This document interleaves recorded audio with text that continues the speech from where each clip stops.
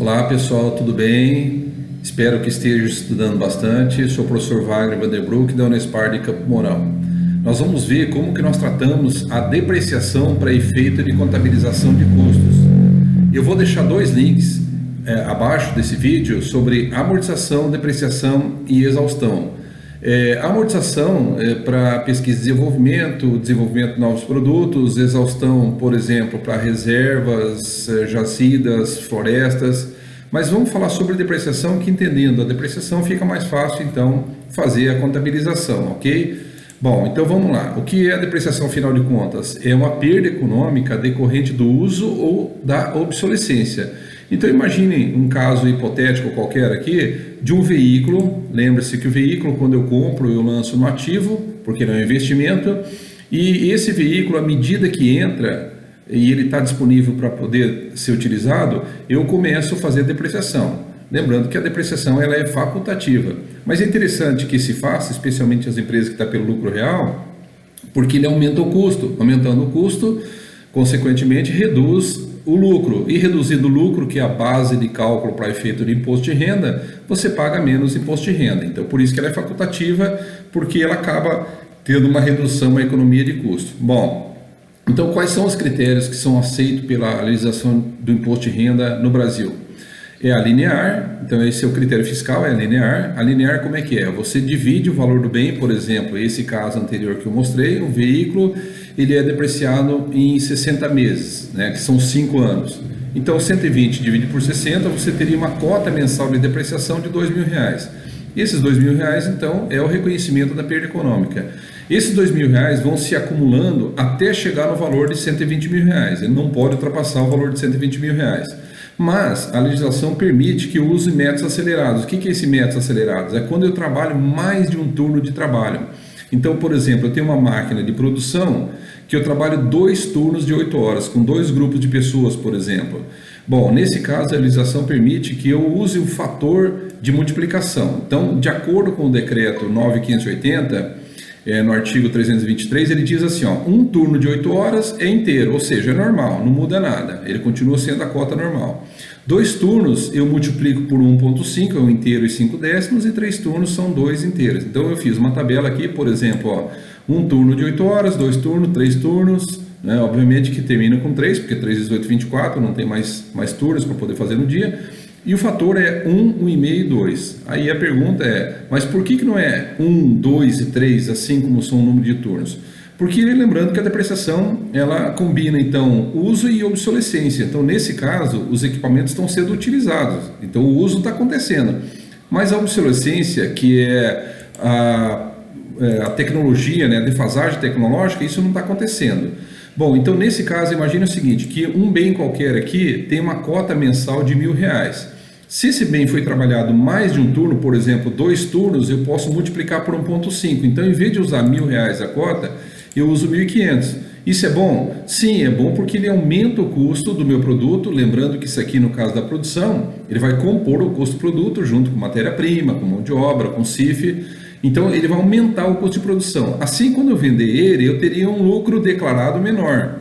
E aí eu pago então menos imposto de renda se a minha empresa for uma empresa optante pelo lucro real, ok? Aqui está o dispositivo legal, 9.580, o decreto.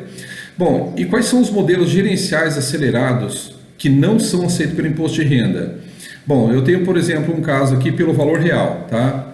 O valor real, imagina o seguinte, que foi pago um veículo R$60.000, eu espero usar ele por 3 anos e ao final dele pretendo vender por R$40.000. Então eu não posso considerar uma perda de R$60.000, mas sim a diferença entre 60.000 e 40, que vai dar então R$20.000. Essa perda econômica aqui nos dá então uma cota em 3 anos, daí nesse caso eu uso 3 anos, 555. Posso contabilizar desse jeito aqui? Não. Mas eu devo usar gerencialmente? Claro, porque eu tenho que considerar o custo real para a minha empresa para eu formar o preço de venda. Então, no momento que eu faço a formação de preço de venda, eu tenho que considerar o meu custo real. Esse é o custo real. Apesar da legislação de imposto de renda permitir um outro critério que é o linear, por exemplo, ou esse acelerado por dígito, eu posso usar gerencialmente, mas eu não posso contabilizar isso. Eu uso somente para formar o preço de venda.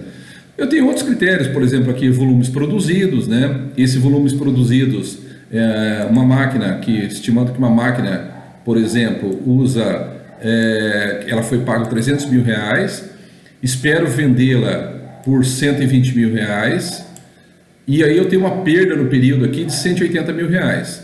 Como é que é feito então a depreciação? Por que 20 mil, aqui vai baixando de 20 mil e cai para 15.500? Porque a máquina, à medida que ela vai ficando velha, ela vai perdendo a capacidade produtiva. Mas isso aqui quem tem que especificar é o fabricante da máquina, ele que testou, ele que fez todos os testes lá, dizendo quanto que essa máquina tem condição de produzir ou não. Muito bem, aí eu pego então o valor da perda do período, que seria então R$180.000, divido por 177.500 e multiplico por 20, multiplico por 19.500, assim por diante. Então eu teria então algumas depreciações que elas vão decaindo, ó. Então o primeiro ano eu teria R$20.000, terminando com R$15.000. Isso faz sentido porque é o seguinte, se a máquina vai perdendo capacidade produtiva, ela vai reduzindo o faturamento da empresa também. Então, nos anos que ela tem melhor faturamento, ela tem um custo proporcionalmente maior. E quando ela vai perdendo a produção, ela tem menor. Isso aqui tem que ser tratado item a item. Se eu tenho 10 máquinas com período de vida diferente, cada máquina tem que ser feito esse cálculo. Lembrando que isso é um critério gerencial, não é aceito pelo imposto de renda. Tenho também por soma dos dígitos, né, que não é por volume produzido. Soma dos dígitos é o seguinte, se eu tenho uma vida útil de 5 anos, eu somo então 5 mais 4 mais 3, assim, regressivamente, tá? Que vai me dar 15. Uma máquina de R$100.000, por exemplo, eu divido por 15 e multiplico por 5, dá 33.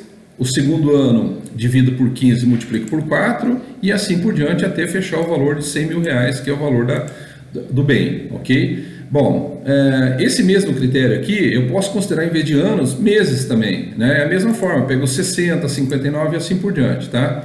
Uma forma bastante simples que tem, ó, aí dá 1.830, então como é que eu faço?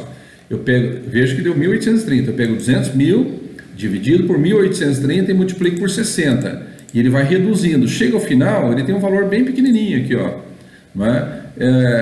Aqui tem um macetezinho, falou, pô, mas eu tenho que fazer tudo isso aqui no Excel.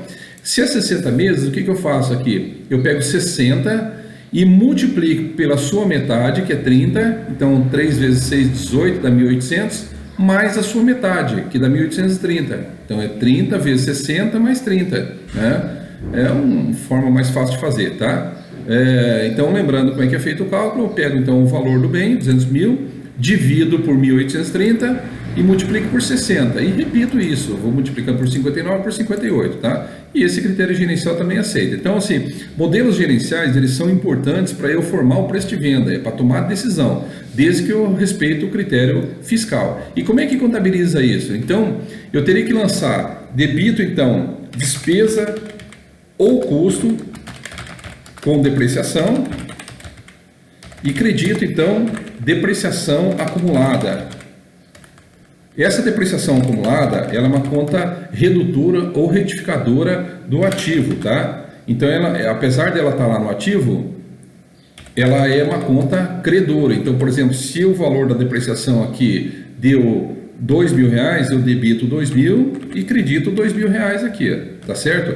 Bom, então o que acontece? Esse despesa ou custo com depreciação, ele é uma conta que vai para resultado ou vai para custo de produto, como se fosse um insumo normal. E a depreciação acumulada, ela fica lá no ativo, lá como conta redutora ou retificadora do ativo. Então, qual é o valor da depreciação acumulada? Ela vai chegar até o limite do valor do bem. Então, se, por exemplo, o bem entrou no meio do ano, no meio do mês, no dia 15, eu deprecio apenas metade do mês. No último mês, eu vou depreciar o saldo residual, ok? Então, está feita aí a contabilização, está feito como que é feito o lançamento no ativo. Esse aqui é uma conta do ativo e esse aqui é uma conta de despesa ou de custo. E no próximo vídeo, então, a gente vai passar alguns exercícios sobre custos. Um abraço e até mais.